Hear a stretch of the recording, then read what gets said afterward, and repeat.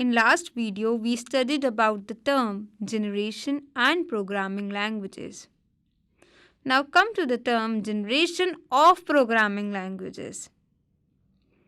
We will now briefly look at each generation to get a clear picture of the characteristics of each generation, starting with the first generation language, that is 1GL.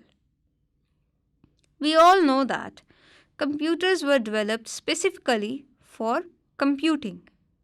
Hence, first generation language was developed to give numbers to computer to carry out computation work on them. First generation language is also called binary language.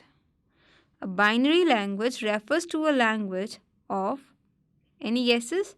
Yes, zeros and ones.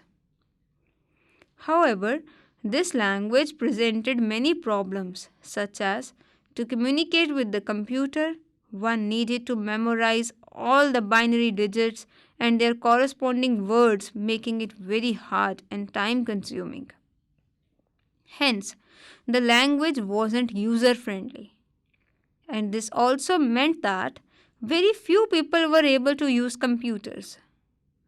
This led to this development of a simpler and easy language to address the problems presented by binary language in the first generation. The second generation language used mnemonic operation codes and symbolic addresses instead of binary words. For example, instead of 010101, a user could simply write a symbol ADD, that is add.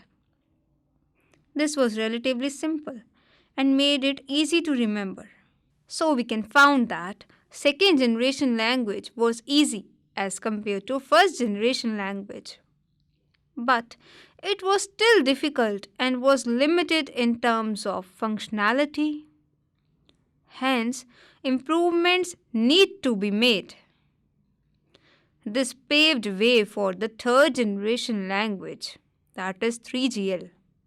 Naturally, the third generation language was very easy to use as compared to 1GL and 2GL. Programmers were able to write programs in English, and also the number of computer users increased. Third generation languages had improved functionality and also were flexible. However, third generation had to follow some rules of usage, hence were based on procedure.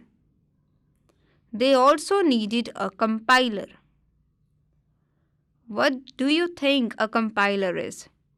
And what is it used for? Well, to understand this better, let's take an example. Supposing two people who speak and understand totally different languages. Example, French and English, but they wanted to communicate. How would they do? The perfect solution to this problem will be finding a person who knows both languages, that is, a translator.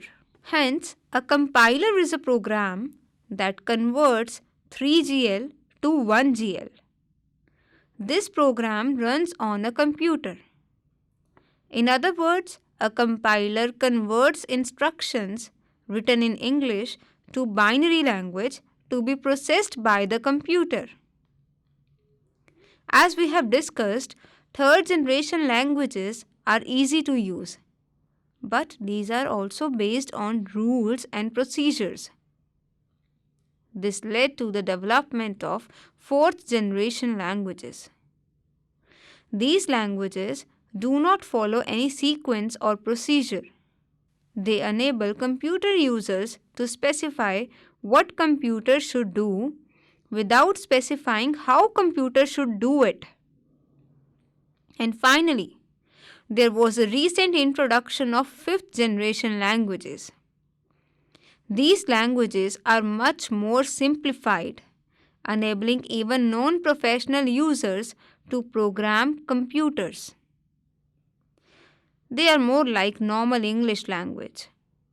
So, still we are working on improving the programming languages so that it becomes easy to use for everyone, and we are trying to reduce the rules.